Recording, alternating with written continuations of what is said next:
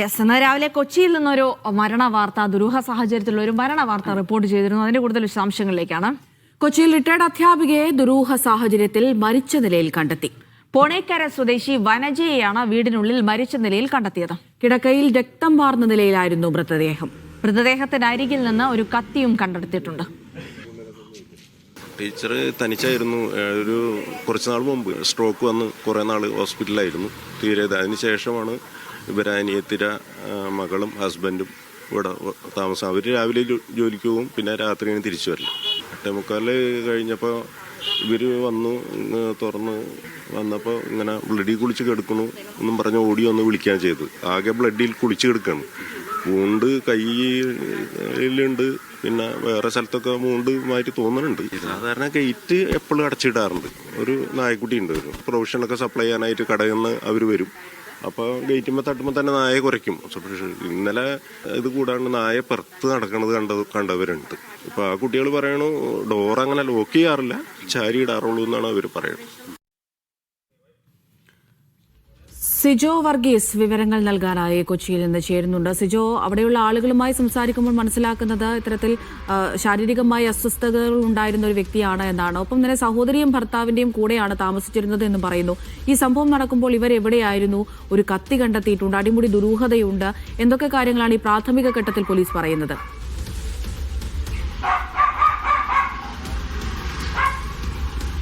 പ്രാഥമികമായി ഇക്കാര്യത്തിൽ ഒരു ദുരൂഹതയുണ്ട് എന്നൊരു നിഗമനത്തിലേക്ക് പോലീസ് എത്തിയിട്ടില്ല. എന്തായാലും അതുമായി ബന്ധപ്പെട്ടുള്ള അന്വേഷണം നടക്കുകയാണ്. ഞാനിപ്പോൾ നിൽക്കുന്നത് ഇത് എടപ്പള്ളിയിൽ നിന്ന് വരുന്ന ആ ഒരു വഴിയാണ്. വളരെയധികം തിരക്കുള്ള ആളുകൾ തിങ്ങിപ്പാർക്കുന്ന ഒരു സ്ഥലമാണ്. പ്രതീക്ഷ നഗർ റെസിഡൻസ് അസോസിയേഷൻ, അതിനോട് ചേർന്ന് തന്നെയാണ് ഈ റോഡരികിൽ തന്നെ, ഈ റോഡിനോട് ചേർന്ന് തന്നെയാണ് ഈ വീടുള്ളത്. ഈ കാണുന്ന വീട്ടിലാണ് ഈ വനജ ടീച്ചർ താമസിച്ചിരുന്നത്.